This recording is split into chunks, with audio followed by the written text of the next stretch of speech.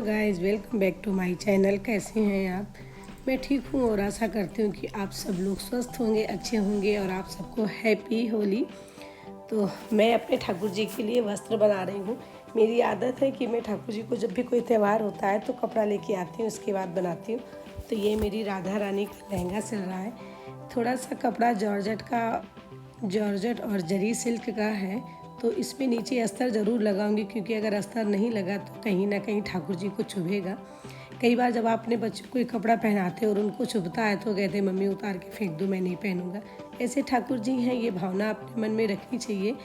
तो ये लेस लगा के मैंने अपने ठाकुर जी की राधा रानी की लहंगा सिल दिया, और ये ठाकुर जी की धोती है, जिसे भी मैं बहुत बढ़िया से अंदर से अस्तर लगा के और लेस लगा कंप्लीट करूँगी।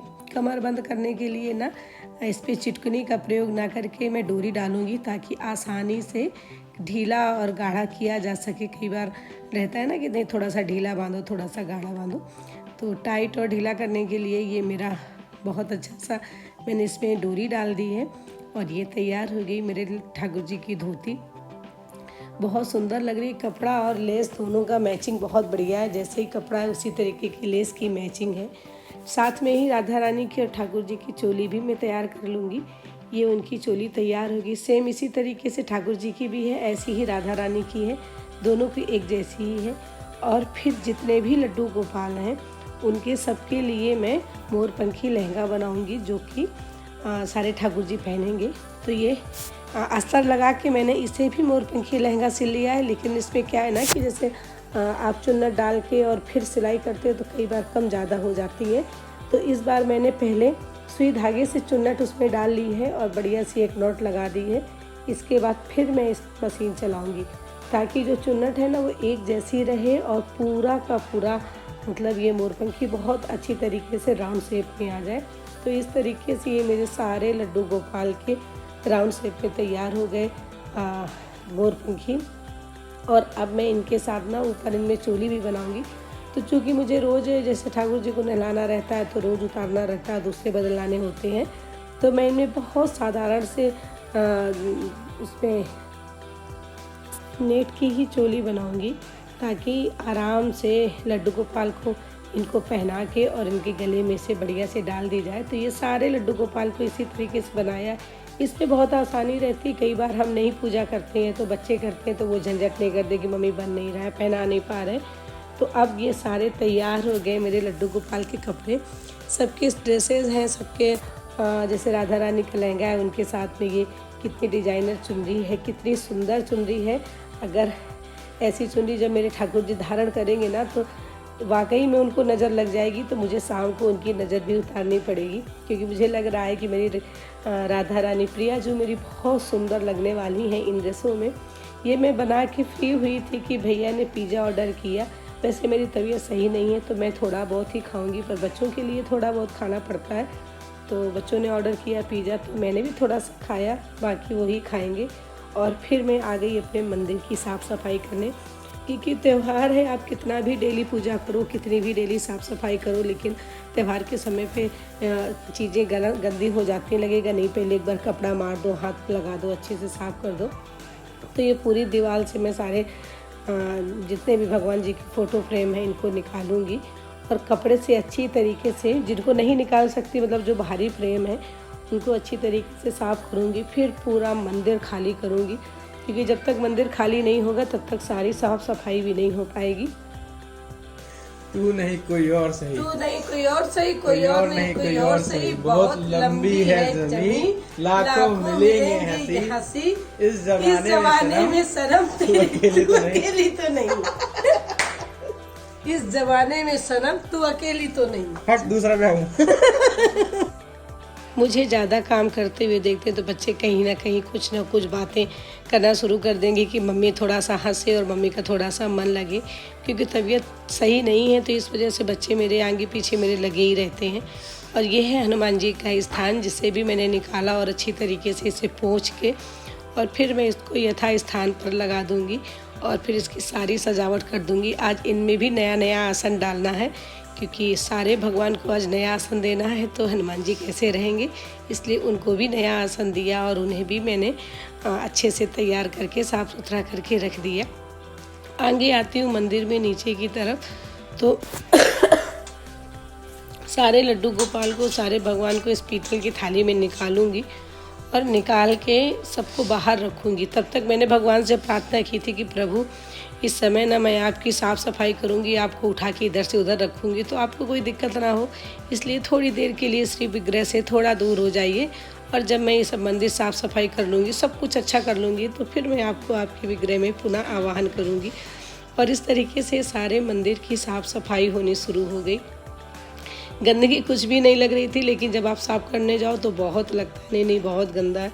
और इतना सारा सामान मंदिर के अंदर था, पता नहीं चल रहा था कहाँ क्या रखा है, लेकिन बहुत सारी चीज़ें थी।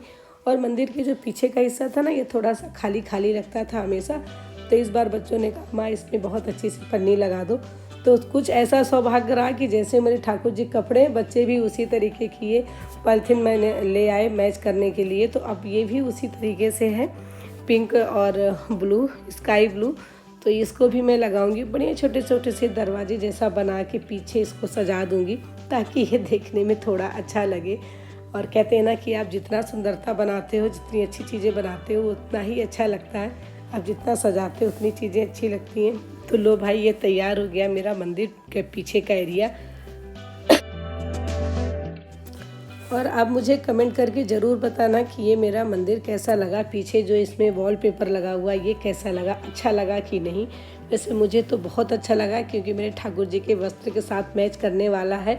और ये रही सारी आसनी, तो इन सारी आसनियों को भी मैं धीरे धीरे मंदिर में बिछाऊंगी। पहले नीचे दूसरा कपड़ा बिछाऊंगी, इसके बाद ऊपर ये वाली आसनी लगाऊंगी। और ये देखो कंप्लीट हो गया पूरा मेरा मंदिर, जिसमें मैंने भगवान का फूल बंगला भी रख दिया है, क्योंकि मेरे ठाकुर जी को फूल बंगला बहुत पसंद था। इसे भी मैं वृंदावन से लेके आई थी। और ये छोटे छोटे कुशन्स हैं, जिन पे देख के मेरे ठाकुर जी खुश होंगे, कहीं कोई ढूंढगा ना तो इसमें आके टिक जाएगा। तो इसलिए ये उनके छोटे छोटे ब्लास्टर भी रख दिए हैं मैंने। और अब जो पुराने कपड़े हैं भगवान के, सर्दियों के बहुत सारे कपड़े थे, वो सारे कपड़े मैं एक जगह इकट्ठे करूँगी और सब इसी पॉलीथीन में पैक करके रख दूँगी, क्योंकि अभी मैं धुलूँगी नहीं इनको। जब इनका सीज़न आएगा, सर्दियाँ शुरू होंगी, तब मैं ये सारे कपड़े निकालूंगी और इसके बाद फिर सारे कपड़े साफ़ करूंगी। फिर मैं इनको भगवान को बारी बारी से धारण कराऊंगी, क्योंकि जब सर्दियाँ शुरू होंगी तो पहले मैं उनको एक बार नया कपड़ा पहनाऊंगी, इसके बाद फिर कुछ दिन बाद उतार के उनको पुराने कपड़े पहनाऊंगी। ऐसे मैं भगवान के कपड़े ना बदलती रहती हूँ।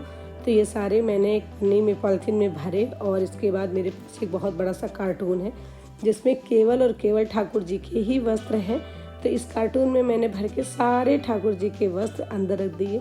कभी मुझे टाइम लगेगा तो मैं इस कार्टून में से सारा खजाना ठाकुर जी का निकालूंगी और आपको दिखाऊंगी कि मेरे ठाकुर जी के पास कितनी कितनी कैसी कैसी ड्रेसें हैं। बहुत सुंदर सुंदर और बहुत अच्छी अच्छी ड्रेसें हैं। साथ में जितनी भी चीज़ें हैं वो सारी चीज़ें मैं धीरे धीरे रखती जाऊँगी। ये भगवान जी के उसका ड्राई फ्रूट्स का बॉक्स है, जो जब उनका मन करता है ना तो वो ड्राई फ्रूट्स निकाल के खाते हैं। और गरुड़ महाराज को भी उनके यथा स्थान पे रख दूंगी मैं। और इसके बाद सारी चीज़ें तैयार हो गई, मंदिर तैयार हो गया, सारा सामान सब कुछ रख गया। बस अब ठाकुर जी जब होली खेलेंगे तब मैं उनको विराजमान करूंगी। ठाकुर जी को मैंने यहाँ पे बैठा रखा है इस थाली में, और जब ये होली खेल लेंगे तब इनको हम ये नए नए वस्त्र पहनाएंगे। मंदिर उनका सज गया है, बिल्कुल तैयार हो गया, बढ़िया फर्स्ट क्लास। बस ठाकुर जी रंग खेलेंगे और फिर नए नए वस्त्र धारण करेंगे। आज सुबह खाना वाना बनाने के बाद मैं 11 बजे से ठाकुर जी की वस्त्र सिल रही थी और मुझे 3 बज गया था, मतलब 11 बजे 3 बजे तक मैंने सिला था। क्योंकि जितने भी भगवान हैं वो सारे ना एक जैसी ही ड्रेस पहनते हैं। इसी वजह से जब मैं वृंदावन जाती हूँ तो लेके नहीं आती, क्योंकि अगर मैं लेके आती तो कई बार ना कलर मैच नहीं होता, कि वो छोटा बड़ा हो जाता है। तो मैं सारे अपने हाथ से घर के कपड़े लेके बनाती हूँ।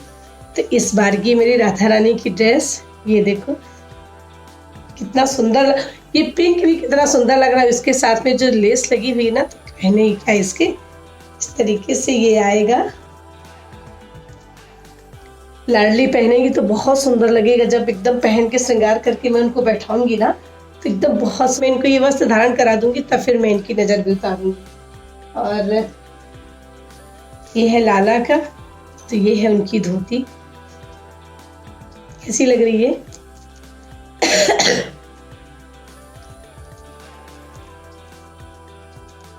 ये है लाला की धोती और साथ में तबीयत अभी सही नहीं है, मतलब गला साफ नहीं हुआ, ना ही खांसी ठीक हो रही है। दवा मैं बराबर डेली खा रही हूँ पर कुछ ना कुछ गड़बड़ी होती जा रही। कोई बात नहीं, 1-2 दिन में ठीक हो जाएगी। अब तो इतनी ठीक हो गई। और ये है उनकी ऊपर की चोली, और ये है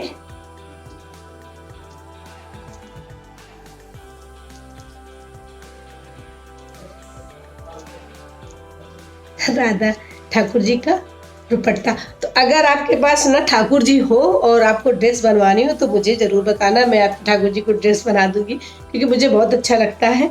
और मैं साल में 4-5 बार मैं अपने ठाकुर जी को, जैसे होली हुई, दीपावली हुई, रक्षाबंधन हुआ और नए साल में, इस तरीके से ना 3-4 बार मैं ड्रेस बना के ठाकुर जी को पहनाती हूँ। क्या कहते हैं? और इस तरीके से सारे लड्डू गोपाल के लिए ये ड्रेस बनाई है मैंने। सारे जितने भी, मतलब 2 लड्डू गोपाल हो गए, गिरिराज महाराज हो गए, उनको सबको इस तरीके से। तो जब वो पहन के अब बैठेंगे ना, फिर मैं आपको पूरा वीडियो दिखाऊंगी कितने सुंदर लगेंगे वो। तो ये इस तरीके से उनके, तो ये सारी ड्रेसें मेरी हो गई हैं कंप्लीट। ये सारी ड्रेसें मेरी कंप्लीट हो गई और पूरा दिन लगा, लेकिन बहुत अच्छा लगता है जब आप अपने हाथों से ठाकुर जी की सेवा करते हो, उनको ड्रेस वगैरह बनाते हो ना। ये गिरिराज महाराज के लिए है, ये एक और राधा कृष्ण की मूर्ति है, ये उनके लिए है। और ये दुर्गा जी के लिए भी लहंगा है, उनकी ओढ़नी भी है कहीं।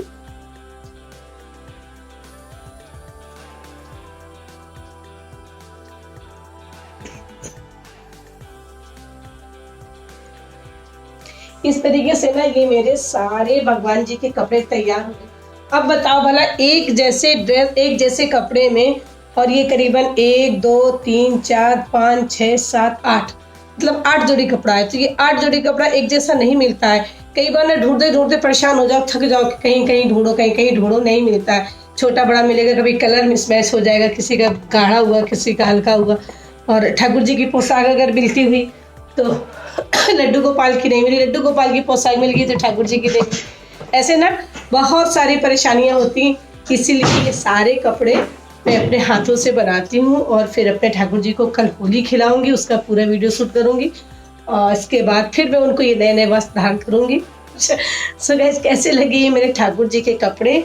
और ये मंदिर के अंदर का डेकोरेशन भी मैंने किया। आज ये लाइट भी लगाई हुई है, क्योंकि अंदर लाइट नहीं थी, बाहर का बल्ब था, तो अंदर जिसे बंद कर दो ना इसको, ये वाला बल्ब, तो पूरा ही अंधेरा हो जाता था।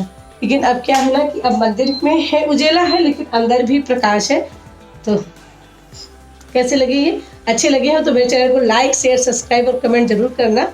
मिलती हूँ फिर किसी और वीडियो में, तब तक के लिए bye bye and take care.